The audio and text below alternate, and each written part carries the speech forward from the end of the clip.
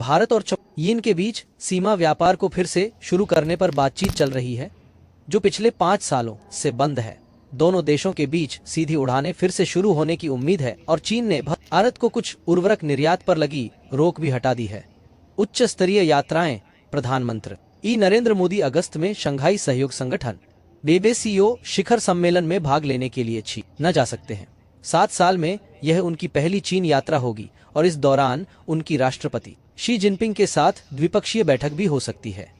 संबंधों में गर्माहट। बीजिंग स्थित भारतीय दूतावास में 79वें स्वतंत्रता दिवस समारोह में 2 चीनी उपमंत्रियों की भागीदारी ने भारत चीन संबंधों में नई गर्माहट का संकेत दिया है। भारत रूस संबंध रणनीतिक साझेदारी मजबूत हो रही है। प्रधानमंत्री नरेंद्र मोदी और रूसी राष्ट्रपति व्लादिमीर पुतिन को दोनों देशों के बीच नई संभावनाओं पर आधारित सहयोग को और मजबूत करने के लिए ठोस कदम उठाने चाहिए। रक्षा सहयोग। भारत रूस के साथ पुराने रक्षा समझौतों को पूरा करेगा, जिसमें S-400 ballistic missile defence system की डिलीवरी और भारतीय नौसेना के लिए चक्र 3 परमाणु पनडुब्बी की लीज शामिल है। ऊर्जा और व्यापार। भारत रूस से कच्चा तेल खरीदना जारी रखेगा, भले ही अमेरिका ने इस पर टैरिफ लगाया हो। यह दिखाता है कि भारत अपने हितों को प्राथमिकता दे रहा है। उच्च स्तरीय यात्राएं। विदेश मंत्री S जयशंकर 20 और 21 अगस्त को मॉस्को की यात्रा पर होंगे। इसके अलावा PM मोदी और पुतिन इनकी भी SKO शिखर सम्मेलन में मुलाकात होने की संभावना है। भारत अमेरिका संबंध। टैरिफ विवाद। अमेरिका ने भारत पर टैरिफ बढ़ाने की धमकी दी है, खासकर रूसी तेल खरीदने को लेकर। हालांकि भारत ने कहा है कि उसे अमेरिका के साथ अपने द्विपक्षीय संबंधों पर पूरा भरोसा है और रक्षा सहयोग भी जारी रहेगा। कूटनीति और साझा हित। अमेरिकी विदेश मंत्री ने भारत को स्वतंत्रता दिवस की बधाई दी और दोनों देशों के संबंधों को ऐतिहासिक और महत्वपूर्ण बताया। उन्होंने कहा कि दोनों देश मिलकर आधुनिक चुनौतियों का सामना करेंगे और एक अधिक शांतिपूर्ण और सुरक्षित हिंद प्रशांत क्षेत्र के लिए काम करेंगे। रक्षा और व्यापार। दोनों देश रक्षा सहयोग को जारी रखने पर सहमत हैं।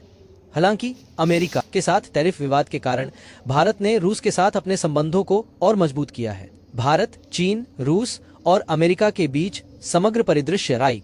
रूस, भारत, चीन मंच। अमेरिका द्वारा भारत पर लगाए गए टैरिफ के बीच रूस, भारत और चीन के मंच को फिर से सक्रिय करने की कोशिशें वैश्विक राजनीति में एक बड़ा बदलाव ला सकती हैं। बहुध्रुवीय व्यवस्था। भारत ने साफ कर दिया है कि वह अपने रणनीतिक हितों से समझौता नहीं करेगा और अपनी विदेश नीति में स्वतंत्र रहेगा।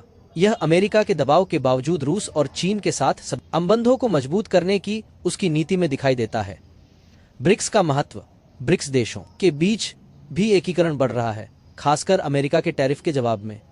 ब्राजील ने अपील की है कि सभी ब्रिक्स देश एकजुट होकर इन टैरिफ का सामना करें। रक्षा और सैन्य विकास। अक्साई चीन में रेल लाइन। चीन अक्साई चीन क्षेत्र में भारतीय सीमा तक एक नई रेल लाइन बन आ रहा है।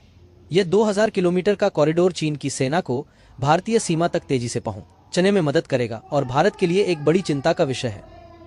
J-35 stealth fighter jet.